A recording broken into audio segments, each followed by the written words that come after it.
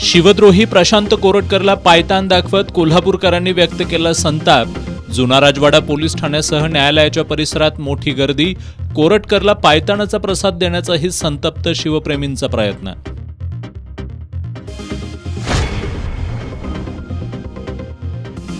प्रशांत कोरटकरला प्रथम वर्ग न्यायदंडाधिकारी SS तट यांनी सुनावली 28 मार्चपर्यंत पोलीस कोठडी. पोलिसांनी केली होती 7 दिवसांच्या पोलीस कोठडीची मागणी.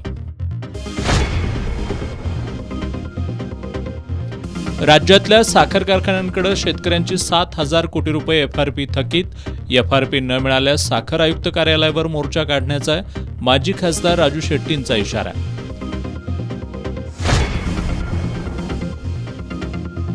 दख्खनचा राजा श्री ज्योतिबा देवाची चैत्रयात्रा यंदा प्लास्टिक मुक्त वातावरणात साजरी करणार.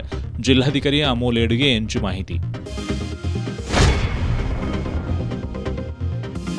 आणि उद्या शिवाजी विद्यापीठ प्रांगणात नामविस्तार विरोधी आंदोलनात मोठ्या संख्येनं सहभागी व्हा. माजी नगरसेविका भारती पोवार यांचं आवाहन.